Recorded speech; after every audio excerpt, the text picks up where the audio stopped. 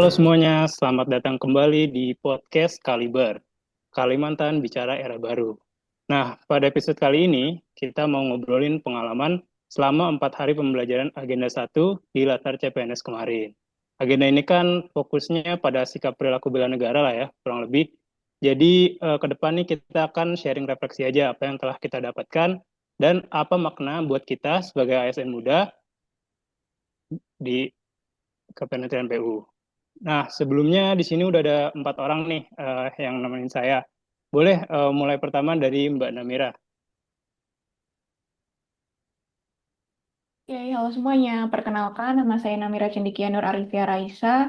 Unit kerja saya dari BPBPK Kalimantan Barat. Salam kenal semua. Oke, mungkin selanjutnya biar sesuai urut, saya nomor 32, Naufal Fauzandia dari BPJN Kalimantan Selatan. Oke, selanjutnya mungkin Mbak Neisa nih. Halo semua, perkenalkan saya Nisa Clarita Tabita, unit kerja saya dari BJK 5 Banjarmasin. Oke, lanjut Mas Niko. Ya, halo semuanya. Perkenalkan, saya Niko Lovandra Putra dari BP Kaltim. Oke, dan yang terakhir Mbak Nur Mahmubah. Halo semuanya, perkenalkan saya Norma Buba Aulia Rahmi dari BP2JK Kalimantan Selatan. Oke, sudah perkenalan sudah. Tanpa panjang-panjang lagi, mungkin langsung aja kita mulai ke pembahasan pertama. Eh, ada yang mau sharing nggak nih di hari pertama apa yang kita pelajarin? Aku boleh deh. Boleh, Mbak Mahbubah. Ya, baik. Terima kasih Mas Nopal. Jadi hari pertama itu materinya lumayan fundamental ya, yaitu wawasan kebangsaan dan bela negara. Kita diajak kembali mengingat 4 konsensus dasar bangsa, yaitu Pancasila, Undang-Undang Dasar 1945, NKRI, dan Bhinneka Tunggal Ika. Nah, 4 hal ini ibarat fondasi rumah yang bikin Indonesia tetap berdiri kokoh, walaupun ada banyak perbedaan. Yang menarik, kita juga diajak menengok sejarah dari masa kolonialisme, politik etis, sampai pergerakan nasional. Dari situ, aku pribadi merasa bahwa persatuan adalah kekuatan kita. Kalau dulu perjuangan dilakukan dengan senjata, sekarang tantangannya beda. Ada globalisasi, ketidakadilan, bahkan ancaman digital.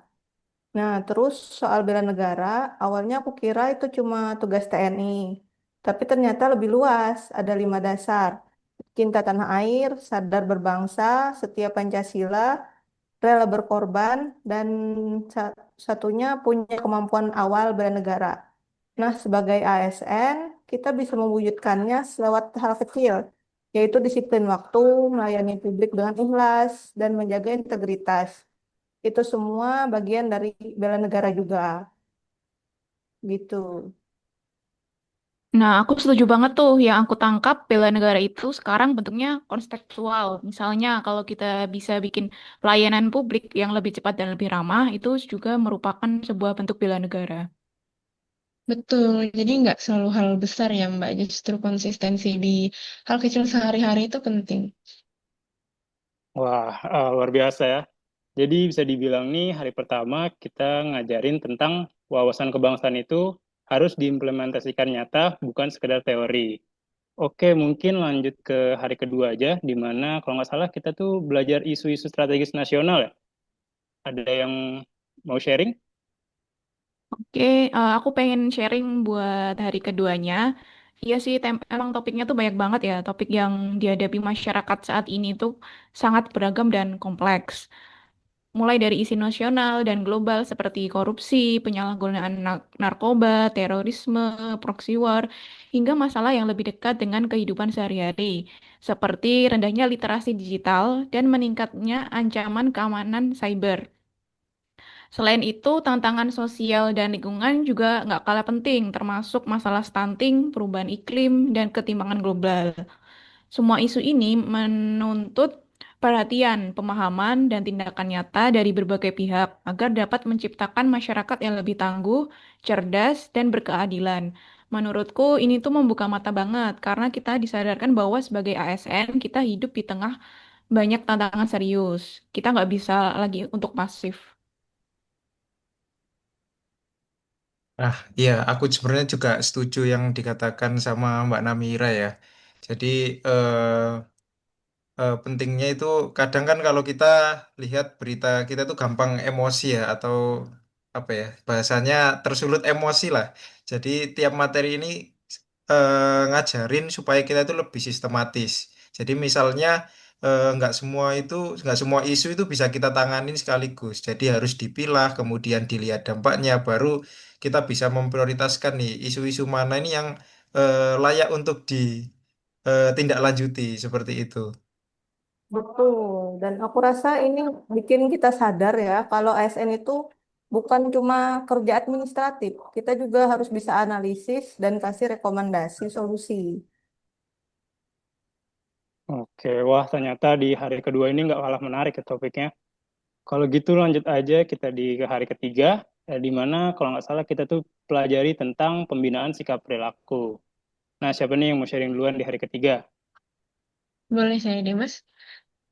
Oke, Oke, boleh untuk Mbak Nisa. hari ketiga, ini tepatnya pembinaan sikap perilaku dengan konsep algoritma kebangsaan ya. Kita belajar tentang 5 nilai, keadilan, gotong royong, inklusivitas, integritas, dan kepeloporan. Menurutku ini semacam kompas moral buat ASN. Misalnya, inklusivitas artinya kita harus melayani semua orang tanpa diskriminasi, termasuk penyandang disabilitas. Integritas juga sangat penting, apalagi sekarang masyarakat makin kritis terhadap ASN. Aku merasa di era digital ini justru gimana kita bisa menghadirkan narasi positif. Jadi kampanye digital anti korupsi, konten yang membangun toleransi, atau sekedar menyebarkan informasi publik yang benar itu bisa jadi bentuk aktualisasi nilai. Iya, bener banget itu kata Naisha. Kalau aku paling tersentuh itu sama nilai gotong royong ya. Karena sering kali itu kita terjebak dalam individualisme. Padahal sebagai ASN itu kan kita kerjanya secara tim. Mm-mm. Tanpa kerjasama, pasti sulit banget buat kita tuh bakal mencapai hasil yang kita inginkan. Ya, sama aku juga setuju banget apa yang dikatakan sama Nesya. Jadi, tapi yang poin yang aku garis bawah ini terkait kepeloporan. Jadi sebagai ASN muda ya, dengan semangat yang membara pastinya. Jadi kita tuh nggak boleh takut untuk mencoba hal-hal yang baru. Jadi justru kita harus menjadi motor perubahan di lingkup ASN sendiri ataupun masyarakat Indonesia seperti itu. Hmm, jadi jelas ya, hari ketiga ini mengingatkan kita bahwa sikap dan perilaku bukan sekedar pelengkap, tapi inti dari peran kita sebagai ASN muda. Begitu lanjut lagi nih, kita di hari keempat yang mana baru aja kita pelajari tadi, kalau nggak salah tentang masuk ke materi teknis lagi, yaitu teknis analisis isu. Ada yang mau sharing? Aku Mas Noval. Boleh, Mas Niko. Oke, jadi ini bener baru hangat-hangatnya ya materinya ya tadi pagi ya. Jadi terkait tentang teknik analisis isu. Jadi kita diajarin step by step ya cara menganalisis masalah yang ada di publik. Jadi pertama kita mengidentifikasi isunya, kemudian disaring. Disaring ini banyak metode yang digunakan. Ada yang namanya metode APKL. APKL itu singkatan dari aktual, problematik, kekhalayakan, dan juga layak atau tidaknya eh, ditanggapi isu tersebut. Kemudian ada USG, urgensi, seriousness, dan juga growth. Kemudian analisa lebih dalamnya itu bisa memakai fishbone atau problem tree. Kemudian yang terakhir cari alternatif solusinya itu dengan melihat gap analisis. Kemudian, jadi awalnya sebenarnya agak rumit juga ya ketika kita mempelajari step-step by step, apalagi yang masih awam. Jadi ternyata sangat praktis. Jadi misalnya kasus antrian panjang di pelayanan publik, itu kalau kita hanya melihat permukaannya, itu mungkin kita salahkan petugasnya. Tapi dengan teknik analisis yang tepat, kita bisa gali akar permasalahannya itu apa, kemudian apakah karena sistem antriannya itu belum digital atau fasilitas ruang tunggunya itu masih kurang. Nah, dari situlah solusi-solusi yang tepat sasaran untuk menjawab sebuah permasalahan itu bisa cepat diselesaikan.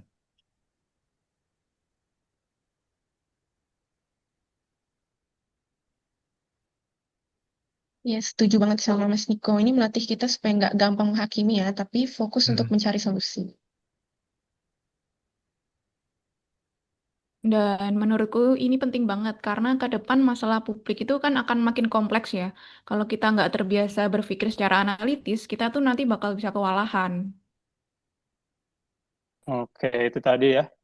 Ke- Betul banget poin-poin yang disampaikan Mas Niko, Anissa, dan Mbak Namira.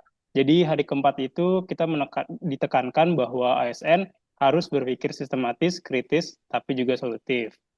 Oke, jadi dari 4 hari ini kita belajar banyak hal, mulai dari fondasi kebangsaan, peka terhadap isu strategis, membangun sikap perilaku sebagai ASN, sampai teknik menganalisis masalah. Intinya, Latsar ini nggak cuma nambah pengetahuan, tapi juga membentuk karakter. Kita diarahkan jadi ASN yang profesional, berintegritas, peka isu, inklusif, dan siap membela negara lewat tugas sehari-hari. Terima kasih sudah mendengarkan podcast kelompok 7A. Semoga refleksi kami bisa bermanfaat juga buat teman-teman CPNS lain. Sampai jumpa di episode berikutnya. Terima kasih.